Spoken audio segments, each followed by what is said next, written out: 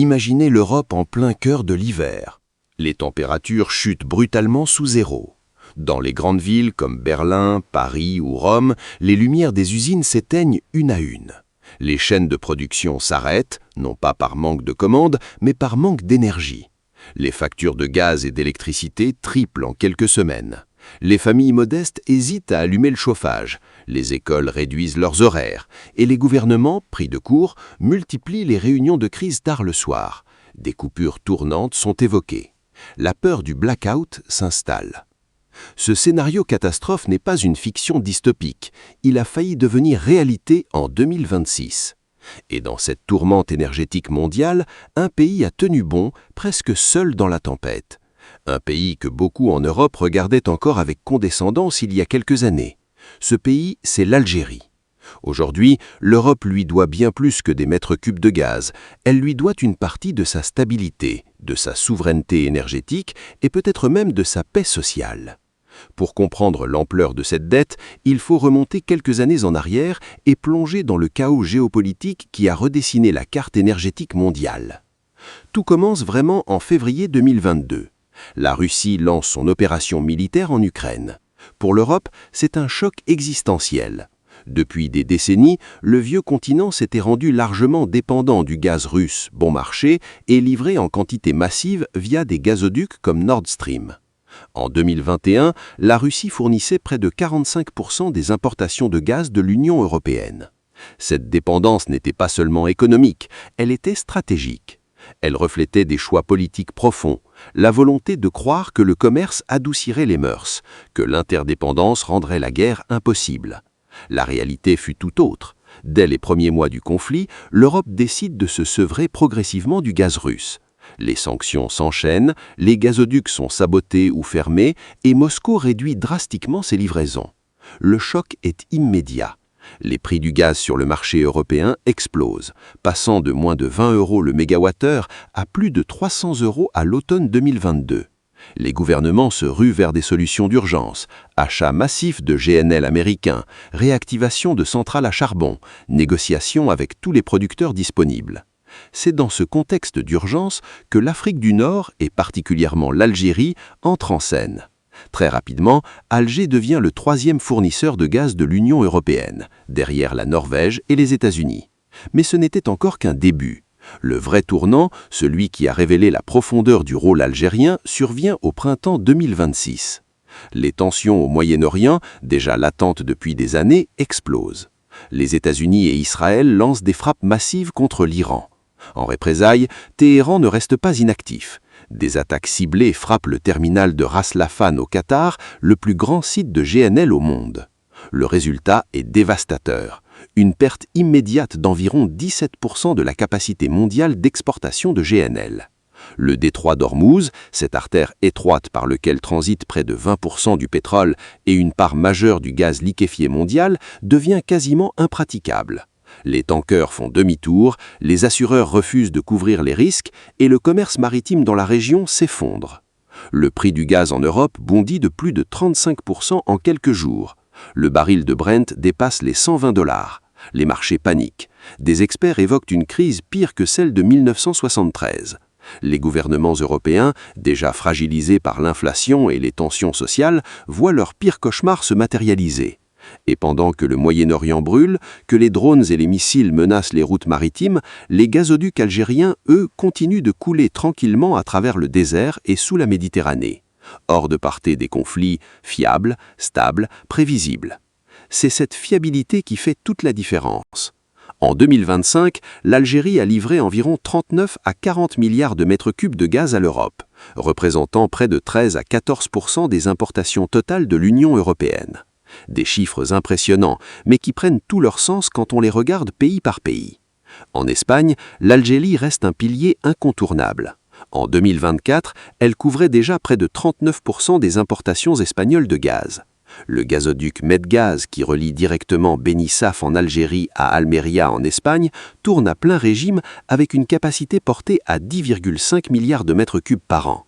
Madrid, confronté à la volatilité des livraisons de GNL, demande et obtient une augmentation supplémentaire des flux de l'ordre de 10%.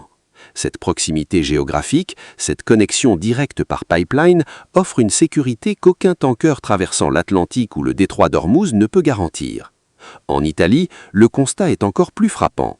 Le gazoduc Transmed, qui traverse la Méditerranée jusqu'en Sicile, a acheminé plus de 20 milliards de mètres cubes en 2025.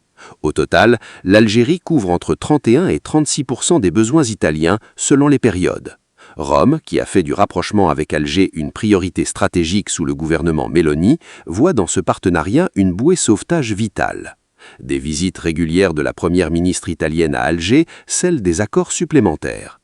Avec une capacité combinée de plus de 43 milliards de mètres cubes par an via ses gazoducs vers l'Europe, l'Algérie s'est imposée comme la deuxième source de gaz par gazoduc de la continente, juste derrière la Norvège. Et ce n'est pas tout. L'Algérie exporte également du GNL. En 2024, elle a envoyé 9,4 millions de tonnes de gaz liquéfié, dont 87% vers l'Europe. Des cargaments qui, même s'ils sont plus vulnérables aux aléas maritimes, complètent le dispositif et offrent une flexibilité précieuse. Mais au-delà des chiffres bruts, ce qui distingue vraiment l'Algérie, c'est sa constance. Contrairement à d'autres fournisseurs, elle n'a jamais utilisé le gaz comme arme politique. Même pendant des périodes de tensions diplomatiques, même quand des disputes survissaient, les livraisons ont continué. Cette fiabilité est devenue son arme absolue sur le marché international. Dans un monde où les chocs géopolitiques se multiplient, où les contrats de long terme sont renégociés dans l'urgence, où les prix fluctuent violemment, l'Algérie offre la seule chose que les dirigeants européens recherchent désespérément, la sécurité énergétique. C'est cette réalité qui explique pourquoi des dirigeants comme Giorgia Meloni, José Manuel Albares et d'autres hauts responsables européens multiplient les déplacements à Alger.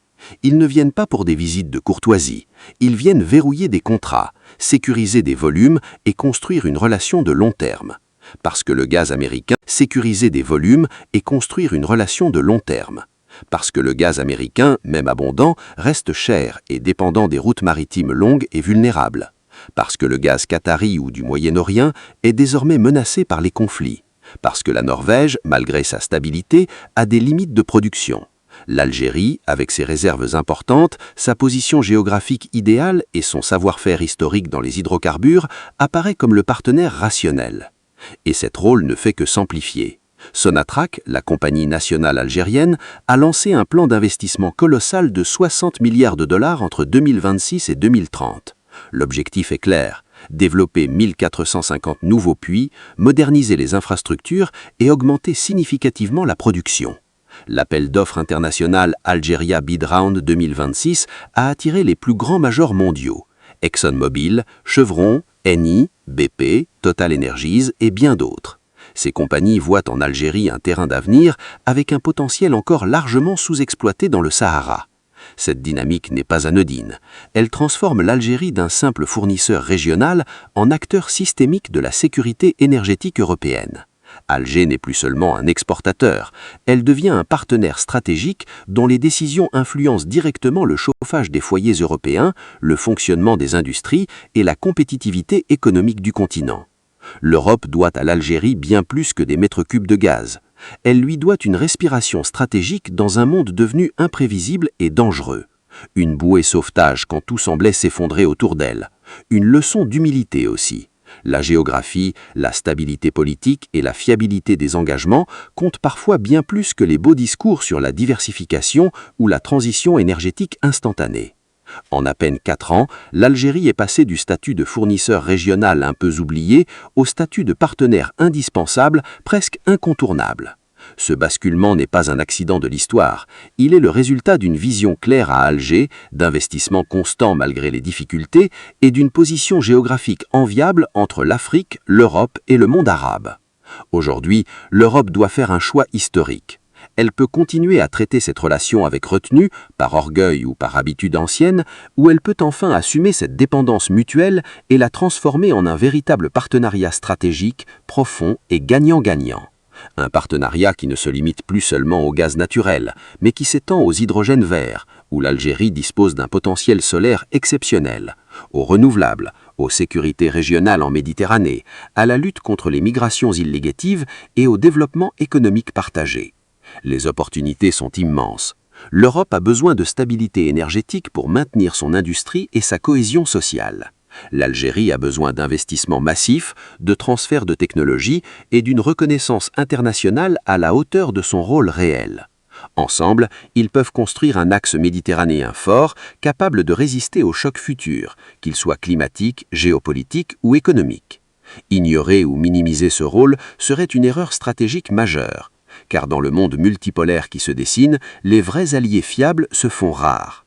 L'Algérie a prouvé qu'elle en était un. Il est temps que l'Europe le reconnaisse pleinement, non pas dans des discours diplomatiques polis, mais dans des actes concrets. Accords de long terme, investissements massifs, coopération technique et politique. Dans le monde qui arrive, les pays qui contrôlent l'énergie ne vendent pas seulement du gaz, ils influencent le destin des continents. L'Algérie n'est plus l'option, elle est devenue la solution. Une solution stable, réaliste et durable dans un siècle qui promet être turbulent. Qu'en pensez-vous ? L'Europe reconnaît-elle enfin pleinement le rôle stratégique de l'Algérie ou continue-t-elle à sous-estimer ce partenaire essentiel par réflexe ancien ?